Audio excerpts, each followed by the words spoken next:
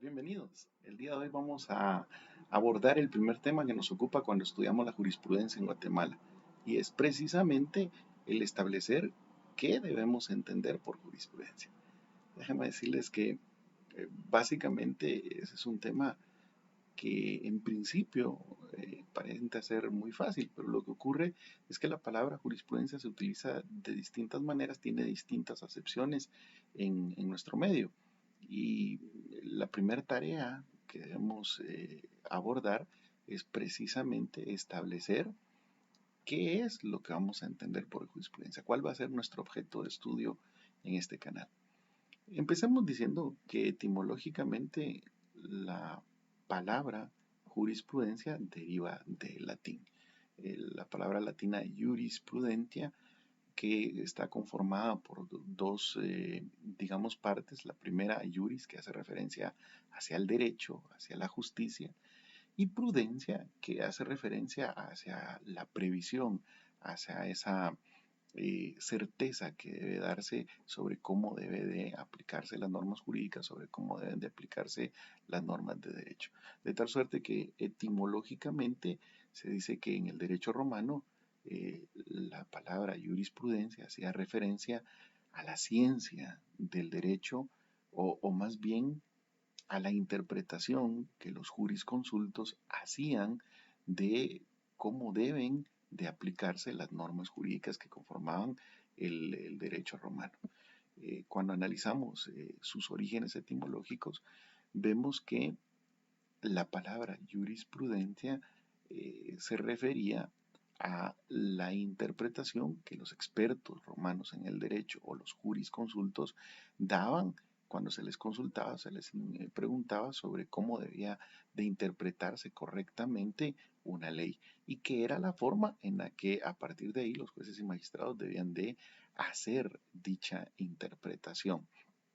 Esto era muy importante porque cuando se presentaba cualquier problema jurídico complicado en el derecho romano, se acudía a estos jurisprudentes, estos jurisconsultos, que respondían a las consultas que se les hacían y esas respuestas que ellos daban, pues se convertía precisamente en un precedente sobre cuál debía ser la interpretación adecuada de las normas para casos nuevos. De tal suerte que su origen etimológico nos hace referencia a que se trata de la interpretación que hace una persona experta, una persona versada en derecho de una norma jurídica y que permite interpretar adecuadamente esa norma jurídica. Claro, aquí la aclaración que resulta necesaria hacer es que eso ha ido cambiando en el tiempo. Yo considero que la mejor forma de abordar el estudio de la jurisprudencia es entender que la palabra jurisprudencia va a tener distintos significados dependiendo de tres aspectos. El primero, el momento histórico en el que estudiemos. No es lo mismo hablar de jurisprudencia, por ejemplo, en el antiguo derecho romano, que es lo que hicimos referencia ahorita a manera de un estudio, digamos, etimológico, que hablar de la jurisprudencia, por ejemplo, en la actualidad donde es una fuente de derecho formal en la mayoría de los sistemas jurídicos. Tampoco es lo mismo hablar de jurisprudencia en un sistema anglosajón donde que se rigen por el common law y básicamente la jurisprudencia o los precedentes jurisprudenciales resultan una fuente directa del derecho que hablar de jurisprudencia en un sistema continental donde pues rige las normas jurídicas y la jurisprudencia en todo caso complementa o es una fuente indirecta del derecho. Asimismo, vamos a encontrar que la palabra jurisprudencia tiene distintos alcances, distintos significados dependiendo del país en el que lo estemos estudiando. No es lo mismo lo que se entiende por jurisprudencia en Estados Unidos, que tiene un sistema anglosajón, que digamos en México, donde el alcance de la palabra jurisprudencia es distinto que en el caso nuestro, en Guatemala. Así que para hablar de jurisprudencia, realmente será necesario establecer en qué momento histórico, en qué contexto histórico nos estamos refiriendo a ella, establecer en todo caso en qué país estamos y qué sentido le queremos dar. ¿Qué vamos a entender nosotros por jurisprudencia acá en Guatemala? Déjenme que le transmita mi visión, mi perspectiva del tema. Creo que una definición general de jurisprudencia debería permitirnos entender que en el caso de Guatemala, la jurisprudencia se considera una fuente complementaria del ordenamiento jurídico. El género entonces de donde parte el tema de jurisprudencia es fuentes del derecho. Y vamos a ver que se trata de una fuente formal, pero complementaria. Luego, ¿verdad? Esta fuente básicamente consiste en la interpretación que realizan de la Constitución y de otras leyes los distintos tribunales de justicia. Cuando hablemos de jurisprudencia nos referimos a cómo los órganos jurisdiccionales interpretan y aplican la Constitución y cómo interpretan y aplican las leyes en sus resoluciones. Y ese conjunto de interpretaciones, ese análisis que hacen los órganos jurisdiccionales, es a lo que le vamos a llamar jurisprudencia. Veamos o tratemos de abordarlo desde una perspectiva más amplia. Nuestro ordenamiento jurídico está comprendido por un conjunto de normas que el Estado decreta a través de el órgano específicamente designado por la Constitución para la emisión de las leyes, y estas normas jurídicas establecen cómo debe comportarse cada ser humano en nuestra sociedad. En ese sentido, nuestro sistema, según la ley del organismo judicial de Guatemala, la ley es la principal fuente de derecho. Es decir, las normas jurídicas que emite el Congreso de la República de Guatemala contienen preceptos, contienen disposiciones de carácter general y obligatorio que establecen la forma en la que debe ser la conducta. Contienen preceptos que establecen cómo debe comportarse una persona, cómo no debe comportarse una persona, le prohíben cierta conducta, o bien le dan la facultad para poder realizar una actividad o no realizarla. Es decir, tenemos normas preceptivas, las que nos establecen qué hacer, normas prohibitivas, las que nos establecen qué no hacer, y normas facultativas, que nos dan la facultad o la potestad de comportarnos de una manera o evitar ese comportamiento.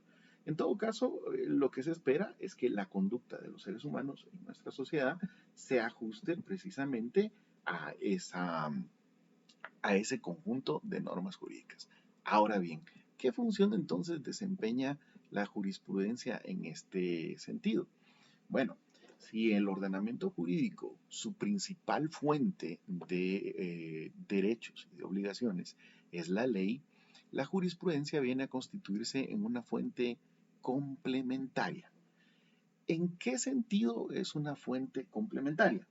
Bueno, básicamente lo que hace es que toma una norma jurídica que ya existe y la jurisprudencia nos indica cuál es la forma correcta de interpretar esa norma jurídica y de aplicarla a un caso concreto. De tal suerte que podríamos decir que la jurisprudencia es, sin lugar a dudas, ¿verdad?, una fuente formal, pero complementaria. Tenemos una norma jurídica que regula cómo debe ser el comportamiento del ser humano, y la jurisprudencia lo que hace es analizar esa norma jurídica, interpretarla adecuadamente y aplicarla al caso concreto. Veamos un ejemplo. Yo les coloco acá que en el caso de Guatemala, el artículo 207 de nuestra Constitución establece, por ejemplo, los requisitos que se exigen para poder ser juez o magistrado. Y dispone este artículo que los magistrados y los jueces deben ser guatemaltecos de origen, de reconocida honorabilidad, estar en el goce de sus derechos ciudadanos y ser abogados colegiados, salvo alguna excepción que se establecía y que de momento ya no es aplicable, donde se permitía que algunos jueces menores, digamos, pudieran no ostentar el título de abogado, pero eso ya no ocurre con las reformas que se hicieron a la ley del órgano judicial y a la ley de la carrera judicial. Quisiera que nos enfoquemos en un aspecto. Dentro de los requisitos que se exigen para ser juez o magistrado, hay uno que se refiere a que el aspirante debe ser de reconocida honorabilidad. La norma jurídica nos dice entonces, para poder ser juez, usted tiene que ser de reconocida honorabilidad. Ahora bien, la pregunta que nos tenemos que hacer ahí es, ¿qué significa eso? ¿Qué debemos entender que significa ser de reconocida honorabilidad? Y ahí es donde la jurisprudencia desempeña su función complementaria. Si la ley establece que es un requisito para ser juez o magistrado, ser de reconocida honorabilidad, y en un caso concreto se va a designar a una persona como juez o magistrado, es necesario que verifiquemos que esa persona cumpla con el requisito de ser de reconocida honorabilidad. Pero ¿qué entendemos que significa ser de reconocida honorabilidad? Para entender el alcance de ese requisito legal, tenemos que acudir a la jurisprudencia. Será necesario que un órgano jurisdiccional interprete esa frase de reconocida honorabilidad y nos explique qué vamos a entender como tal. De tal suerte que en este caso la jurisprudencia cumple esa función complementaria que nos permite interpretar y aplicar debidamente la ley.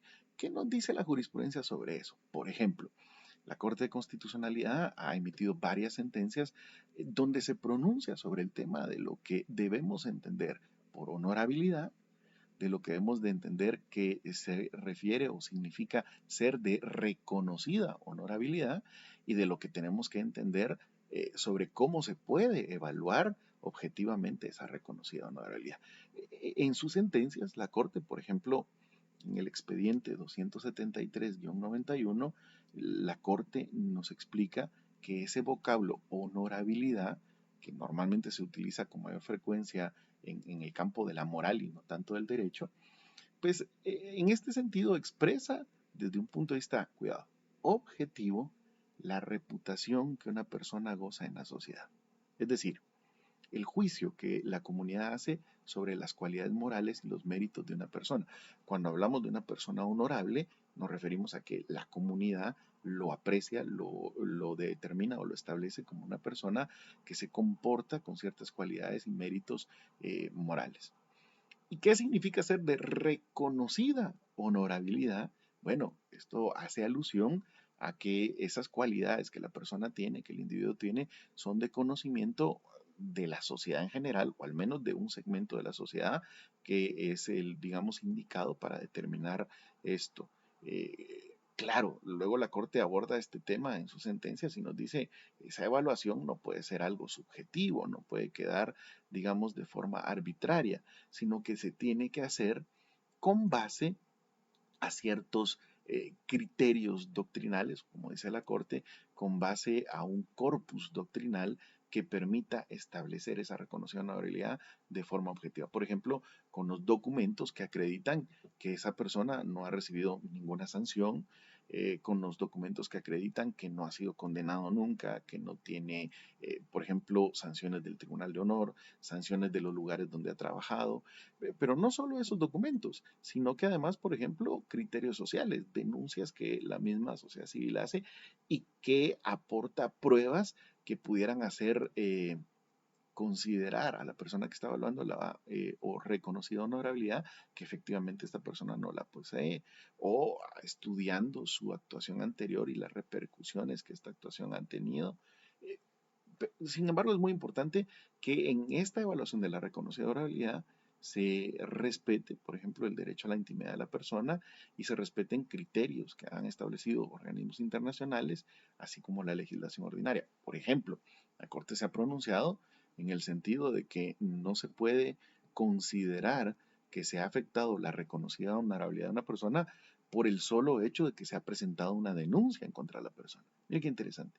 Ese principio constitucional, ese principio legal que tenemos de presunción de inocencia, nos dice que si alguien ha promovido una denuncia en contra de una persona, pero en esa denuncia no se ha emitido una resolución firme que la declare responsable, pues en principio debemos presumir que es inocente y por lo tanto no podríamos estar hablando, no podríamos estar considerando que se ha afectado en ese momento su reconocida honorabilidad. Bien, aquí lo importante es que comprendamos que la jurisprudencia cumple una función complementaria de la ley. La ley establece los derechos y obligaciones que deben cumplirse en sociedad y la jurisprudencia lo que hace es interpretar esa ley, interpretar esa norma jurídica y decirnos cuál es el sentido, cuál es el alcance adecuado. Ahora bien, habrá que decir, sin lugar a dudas, que existen Vamos a ver, distintas clases de jurisprudencia, la vamos a plantear de esta manera. Cuando decimos clases de jurisprudencia, realmente a lo que nos queremos referir es que vamos a encontrar varios niveles o sí, eh, varias formas de la jurisprudencia. Y eso dependerá de qué órgano jurisdiccional es el que esté haciendo la interpretación. Para el caso de Guatemala, en concreto, lo que ocurre es que nosotros tenemos un sistema donde existen distintas categorías de órganos jurisdiccionales.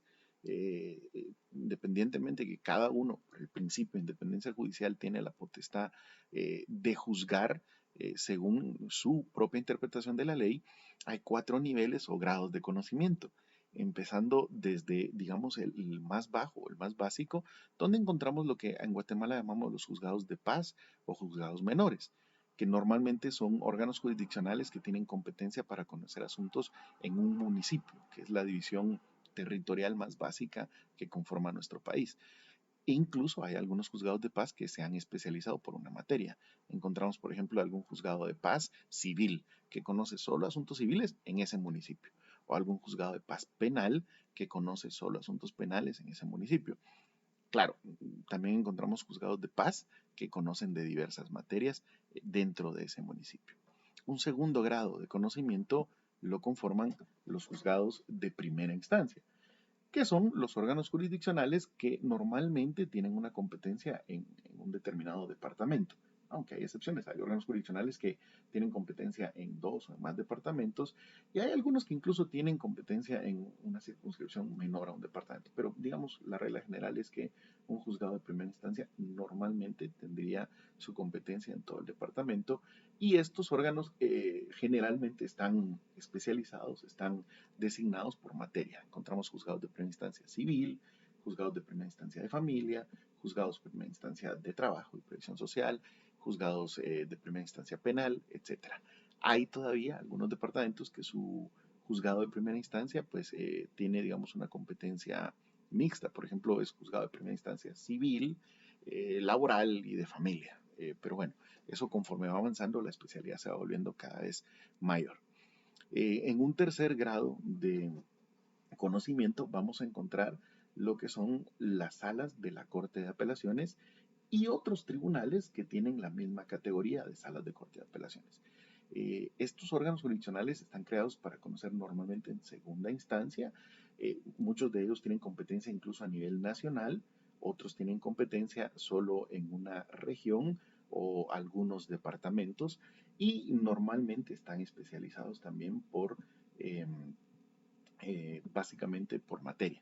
Encontramos, por ejemplo, salas de la Corte de Apelaciones del ramo civil, salas de la Corte de Apelaciones del ramo penal, salas del Tribunal de lo Contencioso Administrativo o por ejemplo, la sala del Tribunal de Segunda Instancia de Cuentas, donde cada una de ellas conocerá pues la materia que le corresponde. Y por último, en el grado más alto de conocimiento, en el sistema de justicia guatemalteco, tenemos a la Corte Suprema de Justicia. La Corte Suprema de Justicia, como el máximo órgano jurisdiccional, pues conocerá a nivel nacional de asuntos muy puntuales que la ley le dé competencia. Normalmente son temas de recursos de casación, ¿verdad? O de temas de resolución de conflictos de competencia, de resolución de conflictos o dudas de competencia que pudieran haber o conflictos de jurisdicción. Normalmente para su conocimiento la Corte se divide en algunos asuntos que los trata en el pleno de la Corte con todos sus magistrados, con los 13 magistrados, y otros que los trata o los examina a través de las cámaras en las que se integra, que está integrada pues, por una cámara civil, por una cámara penal y por una cámara que se dedica a conocer los amparos y los antejuicios. De tal suerte que en nuestro sistema podemos encontrar resoluciones, digamos, de 4 distintas clases de órganos jurisdiccionales. Las resoluciones que emiten los jueces de paz, las que emiten los jueces de primera instancia, las que emiten las salas de la Corte de Apelaciones y las que emite la Corte Suprema de Justicia. Es necesario aclarar que además en Guatemala tenemos, digamos, de forma paralela un sistema de justicia constitucional, que es un sistema muy interesante porque utilizamos básicamente un sistema, digamos, mixto, donde hay algunos asuntos que le corresponde conocerlos exclusivamente al Tribunal Constitucional, que es la Corte de Constitucionalidad, y ahí está concentrado algunos asuntos, por ejemplo, la inconstitucionalidad en materia general, solo lo conoce la Corte de Constitucionalidad, Y hay otros asuntos que usamos un sistema difuso, donde los mismos órganos jurisdiccionales comunes se constituyen en un tribunal constitucional y conocen de algunos asuntos. Conforme eso, básicamente encontramos también cuatro distintos niveles, pero en materia de justicia constitucional, por ejemplo, los juzgados de paz no conocen de asuntos constitucionales, sino que en materia de asuntos de justicia constitucional, lo que encontramos son los juzgados de primera instancia, que conocerán de algunas situaciones de amparo o de exhibición personal, las salas de la Corte de Apelaciones, que conocen también asuntos de amparo y de exhibición personal. Hay algunos asuntos de amparo y de exhibición personal que conoce la Corte Suprema de Justicia, en algunos casos en pleno y en otros a través de su Cámara de Amparo y Antejuicios. Y estos tres niveles constituyen, digamos, normalmente lo que se llama la primera instancia en la justicia constitucional. Sus resoluciones normalmente pueden ser objeto de una apelación y conocerá en segunda instancia la Corte de Constitucionalidad, que está definido en nuestro caso como un tribunal permanente de jurisdicción privativa, cuya función esencial es la defensa del orden constitucional. La Corte en algunas circunstancias conoce, digamos, en única instancia, y en otras circunstancias lo que hace es conocer en apelación de resoluciones que emitieron otros tribunales constitucionales. De tal suerte que en el caso de Guatemala, en materia constitucional, vamos a encontrar resoluciones de juzgados de primera instancia constituidos en tribunales de amparo, resoluciones de salas de la Corte de Apelaciones constituidas en tribunales de amparo, resoluciones de la Corte Suprema de Justicia constituida en tribunal de amparo y resoluciones del máximo tribunal constitucional, que sería la Corte de Constitucionalidad. Si tomamos en cuenta los distintos órganos que pueden emitir resoluciones y por lo tanto hacer análisis e interpretación de la ley, podemos decir que vamos a encontrar tres clases distintas de jurisprudencia. Veamos. La jurisprudencia, la interpretación de las normas jurídicas que se hace en las resoluciones judiciales puede ser aquella interpretación que realizan los jueces de paz, los jueces de primera instancia y los magistrados de la Corte de Apelaciones o de otros tribunales de igual categoría en sus resoluciones. Cuando estos tribunales emiten resoluciones, básicamente hacen una interpretación de la ley y esa interpretación considero que forma parte de la jurisprudencia guatemalteca. Ahora bien, hay que hacer una aclaración aquí. No todos los autores consideran que eso sea jurisprudencia. Hay algunos que piensan que, bueno, la interpretación que hace un juez de paz, un juez de primera instancia o una sala de la Corte de Apelaciones es una interpretación que únicamente aplica para el caso, pero que no constituye parte de la jurisprudencia. Yo, en lo personal, no estoy de acuerdo. Yo creo que la definición de jurisprudencia precisamente es esa. Es una fuente formal complementaria del derecho que consiste en la interpretación que los órganos jurisdiccionales hacen de la Constitución y de las leyes. Por lo tanto, la interpretación que haga un juez de paz, de instancia o una sala de la Corte de Apelaciones creo que es jurisprudencia, solo que no es obligatoria para los otros tribunales. Básicamente, cada órgano jurisdiccional hace su propia interpretación conforme a la independencia judicial que tiene, aplica la norma en la manera que considera correcta y obviamente sus resoluciones quedarán sujetas a poder ser revisadas a través de un medio de impugnación. Si pasamos a un segundo nivel, encontramos la jurisprudencia de la Corte Suprema de Justicia. Esta resulta muy interesante, porque la Corte Suprema de Justicia, al ser un órgano de alta jerarquía, pues emite resoluciones en los asuntos que conoce, en algunos casos en materia de casación, revisión, en algunos asuntos que conoce concretamente.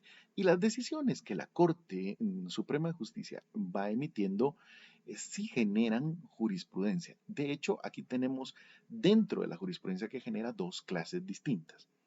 Cuando la Corte ha hecho una interpretación de cómo se debe de entender o cómo se debe aplicar una norma jurídica, y esa interpretación nos sirve como un precedente de cómo debemos hacerlo correctamente. Siendo el máximo tribunal, los demás órganos deberían atender a esta interpretación y orientarse a eso. Sin embargo, no es obligatorio. Ahí hablamos solamente de un precedente interpretativo, un precedente jurisprudencial. Ahora bien, según el artículo 621 de nuestro Código Procesal Civil y Mercantil, la reiteración de fallos de casación pronunciados en un mismo sentido en casos similares que no hayan sido interrumpidos por otro fallo en contrario y que hayan obtenido por lo menos el voto favorable de 4 magistrados, va a establecer algo que se llama doctrina legal. Cuando decimos reiteración, ¿a qué nos referimos? Según el 627, para que se establezca doctrina legal, deben existir por lo menos 5 fallos uniformes del Tribunal de Casación que enuncien un mismo criterio en casos similares y que no hayan sido interrumpidos por otro fallo en contrario. Si se diera esta situación en la cual la Corte Suprema reitera en más de 5 fallos un criterio interpretativo, su jurisprudencia adquiere la calidad de doctrina legal y se vuelve obligatoria para todos los demás órganos jurisdiccionales. Ahí algunos autores hablan de que puede haber jurisprudencia obligatoria, que sería doctrina legal en nuestro caso, y jurisprudencia no obligatoria, que solo son los precedentes previos que todavía no llenan esos requisitos que exige la ley de ser reiterados en el mismo sentido, no interrumpidos, etcétera. En ese sentido, podemos hablar de que hay una jurisprudencia de la Corte Suprema de Justicia a través de sus precedentes, cuando todavía no sean los presupuestos para considerarlo doctrina legal, y hay una jurisprudencia de la Corte Suprema de Justicia que ya constituye una doctrina legal y por lo tanto esa forma de interpretar, ese análisis que hizo la Corte Suprema se vuelve obligatorio para todos los demás órganos jurisdiccionales. Muy parecido tenemos en el caso de lo que es la jurisprudencia, pero en materia constitucional. Nuestro sistema de justicia constitucional establece que el máximo órgano en materia de justicia constitucional es la Corte de Constitucionalidad. Y con la Corte de Constitucionalidad lo que ocurre es que sus resoluciones, la interpretación que va haciendo, establece jurisprudencia. El artículo 42 de la Ley de Amparo, Exhibición Personal y de Constitucionalidad, pues establece que la interpretación de las normas de la Constitución y de las normas contenidas en otras leyes que haga la Corte de Constitucionalidad en sus sentencias, en sus resoluciones, va a establecer esa jurisprudencia. Y de hecho lo que establece es que va a constituir doctrina legal que debe respetarse por todos los tribunales al haber 3 fallos contestes de la misma Corte. De tal suerte que en el caso de la jurisprudencia de la Corte de Constitucionalidad podemos encontrar precedentes jurisprudenciales cuando solamente ha resuelto 1 o 2 veces en el mismo sentido. Esa interpretación pues, nos debe orientar, nos debe decir cuál es el criterio que la Corte sigue o considera correcto. Y en todo caso, cuando ya existan 3 fallos o más en el mismo sentido, eso se convierte en doctrina legal y por lo tanto se vuelve de observancia obligatoria para todos los demás órganos jurisdiccionales. De tal suerte que podemos hablar de distintas clases de jurisprudencia. La interpretación que hagan los jueces de paz, los jueces de primera instancia y de salas es jurisprudencia de los órganos ordinarios, pero no es obligatoria. En algunos países a eso le llaman jurisprudencia menor. Aquí en Guatemala hay algunos autores que le llaman solo doctrina judicial o jurisprudencia. Las resoluciones que emite la Corte Suprema de Justicia, estas sí establecen jurisprudencia. Cuando solamente hay 1, 2, 3 o 4 resoluciones, se dice que hay precedentes jurisprudenciales que nos orientan. No son obligatorios, pero sí nos dan una orientación de la interpretación correcta. Pero cuando ya existen 5 fallos en el mismo sentido, no han sido interrumpidos por una resolución en un sentido distinto, son de la misma Corte en casación, eso crea lo que se llama doctrina legal de la Corte Suprema de Justicia y esa jurisprudencia es de observancia obligatoria para todos los tribunales. En materia de justicia constitucional, lo que encontramos son precedentes de la Corte de Constitucionalidad cuando ha resuelto en una oportunidad o en 2 oportunidades casos similares y en el mismo sentido, se dice que existen precedentes de la Corte de Constitucionalidad y esos nos orientan, no son obligatorios, pero nos dan una orientación de la interpretación correcta. Pero cuando ya la Corte ha emitido 3 fallos en el mismo sentido en casos similares, eso genera doctrina legal en materia constitucional y se vuelve de observancia o obligatoria. Yo considero que por la fuerza vinculante que la jurisprudencia pudiera tener, podemos hablar de dos clases de jurisprudencia. La que es obligatoria, que es solamente la doctrina legal establecida por la Corte Suprema de Justicia, y la doctrina legal establecida por la Corte de Constitucionalidad, que llenen los requisitos que establece la ley, de ser reiterado en el mismo sentido en casos similares y por el número de fallos que establece la ley. En el caso de la Corte Suprema, por 5 resoluciones emitidas en casación, y en el caso de la Corte de Constitucionalidad, por al menos 3 resoluciones emitidas en asuntos de materia constitucional. Esa es la jurisprudencia obligatoria o doctrina legal. Y también tenemos jurisprudencia que no es obligatoria, y esto se refiere a la interpretación que pueden hacer los jueces de paz, los jueces de primera instancia o los jueces o los magistrados de las salas de la Corte de Apelaciones, incluso los magistrados de la propia Corte Suprema de Justicia y de la Corte de Constitucionalidad, cuando todavía no se ha establecido doctrina legal en sus precedentes, pues vamos a encontrar jurisprudencia que aún no es obligatoria, pero que puede llegar a convertirse en obligatoria. Eso es lo que entendemos que abarca el tema de la jurisprudencia en Guatemala, y de eso queremos realizar un estudio pormenorizado en este canal. Gracias por su atención.